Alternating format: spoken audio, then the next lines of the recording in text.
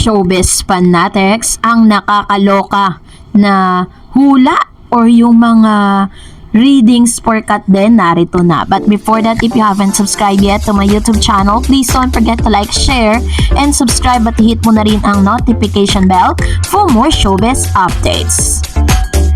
Bago nga tayo magpatuloy sa ating updates for today's video, nais ko po muna magpasalamat sa lahat ng mga legit viewers, subscribers, itong lahat ng mga legit na nagmamahal at sumusubaybay sa mga updates po natin.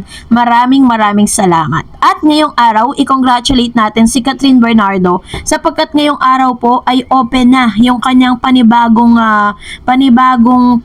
cat nail na spa, no, na matatagpuan po sa Ayala Malls Market. No, I think this is gonna be pang ilan niya na ba to? Comment nyo nga sa ibaba. Parang pangalawa or pangatlo niya na to. So, talagang nagbo-boom talaga yung kanyang karera or kanyang business pagdating po dito. At syempre, alam nyo na meron pong mga other fans na parang kinilig nung ginamit pa rin yung cat nails na spa. Kasi doon na talaga nakilala yan. Kaya tuloy-tuloy na yun, di ba? Parang iisa lang yung kanilang, yung parang business permit.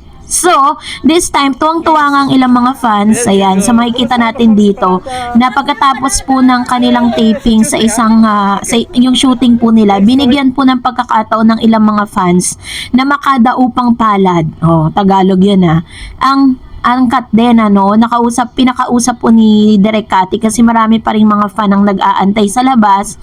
At syempre, para rin po mapasalamatan din ni Miss Catherine yung kanila pong kanilang mga fans na talaga namang lagi nag-aantay Pero ito na nga, dahil nakakaloka yung mga nasa comment section, tinatadtad tayo guys. Itong bagay na to, panoorin natin. Kaya ang pinakamainit na love team na pinag-usapan na talaga, kamusta ang Kat din?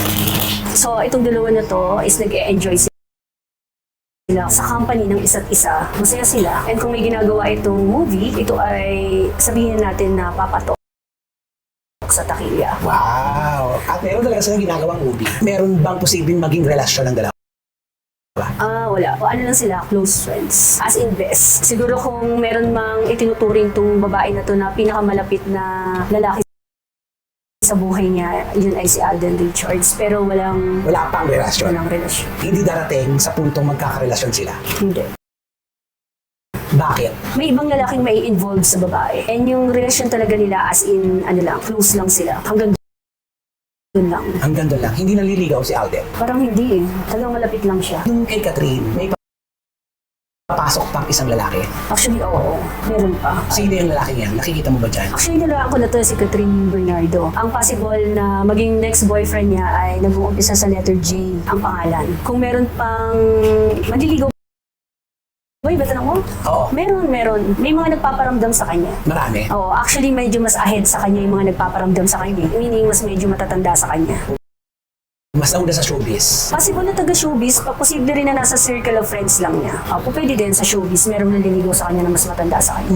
Anong mangyari kay Alden? Si Alden Richards ay magpapayaman lang ng magpapayaman. And siya naman ay blessed talaga. Ayun naman sa cards niya. Masinop sa pera tong tao na to. And kung sakaling may mga bagay siyang gustong gawin, ganyan, magagawa niya. Pero kung sa relasyon kasi medyo negative, naka-reverse ang kanyang relasyon. So, hindi pa uli sa ngayon. Hindi pa uli sa ngayon? Hindi pa uli sa ngayon. Di ba nung nakaraan akala natin si Min Mendoza ang kanyang, di ba? Ngayon, kay Catherine, hindi din. Nakakalungkot naman yan. Yun lang. Pero ito Yan ay ilan lamang sa mga lumabas ng hula netong si Mamu, at mamaya ibibigay ko po sa inyo yung opinion ko.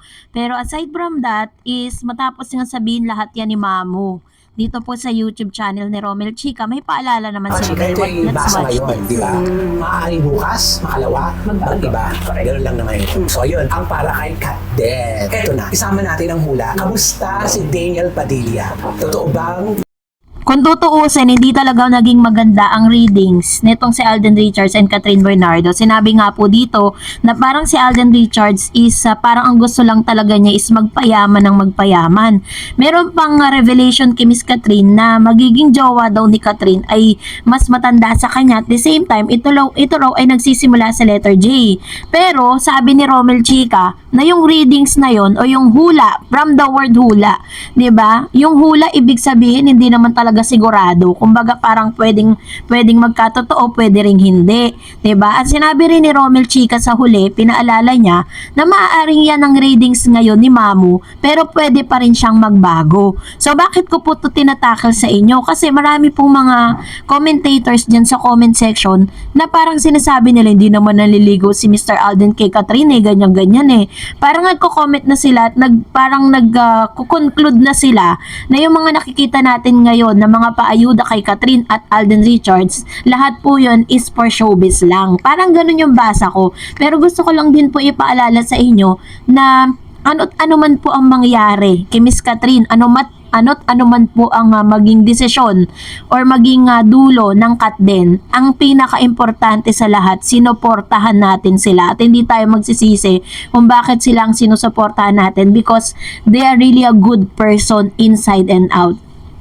Miss Catherine, napakabait na tao at napaka-generous, as well as Mr. Alden Richards. Alam niyo po ba na sa lahat ng mga proyekto na inyo pong pag-support ang ginagawa nyo kay Alden, ay kapalit po nun ng sandamakmak na mga estudyante na napag-aaral ni Alden at natutulungan niya dun po sa kanyang yung kanyang foundation, yung AR foundation niya. No, talagang masasabi mo na may pinupuntahan, 'di ba? Kumbaga hindi lang para pansarili niya, but still may heart siya sa pagtulong. And for that, narito naman ang ilan sa mga komento po ninyo at ilan sa mga reaction po ninyo patungkol naman sa ating latest updates. Let's start off sa isa pong commentator. Hi, same silang maganda pero sa totoo lang mas maganda talaga si Kat. Kasama si Joro sa gym pero sa ibang lakad. Ayun. Ito pong sinasabi po ng isang user or isang commentator natin, parang kino-compare niya itong si Miss Catherine at si Miss May Mendoza. Alam niyo po, ganito lang yan. Si Kat po at saka si Miss May ay parehas na maganda pero may kanya-kanya silang ganda. Wala pong dapat na wala pong dapat pagtalunan doon. Sabi po ni Ma'am Shefeli, may Kat Alden, Director Cathy Garcia Sampana, and rest of HLA team, be well, healthy, and safe in Canada. Invited kayo sa aking bahay sa Minnesota when you have time. Smile. Ayan, wow. Nag-invite na si Ma'am Shi. Sabi ni Ma'am Shi Emelita Nodalo, salamat Miss Dar sa pagpa-fact check. Ang ganda ni Miss Kat. Lalong naduling si Alden. God bless Miss Dar. Thank you po Ma'am Shi Emelita. Doon naman, di ba, nakita natin kahapon talagang halos ginabi na sila, nakita pa nila si Maha Salvador, parang ang ganda-ganda lang talaga ng buong araw nila kahapon, kaya very fresh sila ngayon. Sabi ni Ma'am si Flor Dalisa Fortaleza, dali lang yan, magaling dyan ang inspiration niya sa buhay niya. He's always by her side all the time, lalo na ngayon may karamdaman, ever ready yan, kanyang best lover sa buhay ni Catherine. Ayan. Thank you po Ma'am Shi Lord Eliza Fortaleza sa inyo pong komento, no? Maraming salamat po sa palagian po ninyong panonood at pagiging positibo sa lahat ng mga nangyayari po kay Catherine at kay Alden Richards. Wow, super magalang at mabait silang dalawa, Kat. Then pinagpala kayo ng Panginoon. Maraming blessing pa darating sa inyo at sana kayo na lang magkatuluyan, idol. Ayan. So ito naman yung kanyang prayer for Miss Kat and Alden Richards na lahat po ng mga Katden fans, yun din ang wish, no? Thank you po Ma'am Shi. And of course, Miss Emer Velasquez naman dito po sa Facebook page. Sabi niya, Ma'am Dar Eds, talaga pong nakakaloka yung mga fans na yan. Ay gising na gising naman sila. Ayaw lang tanggapin na wala na yung Alden at Main. Hala, baka po tulog pa rin sila. Ay naku, wag nang patulan. Yan, ganyang uri ng fans. Kasi habang pinapakita natin na namumuying o naguguluhan tayo, lalo pong sumasaya sila sa kanilang panaginip. Malala na po yung diwa nila, kaya wag nang patol, hayaan na lang. Tama naman, 'di ba? So hayaan na natin sila. And that's it for today. For more videos and updates, please don't forget to like and subscribe, and please don't forget to follow my Facebook page, Dar Eds TV. God bless everyone.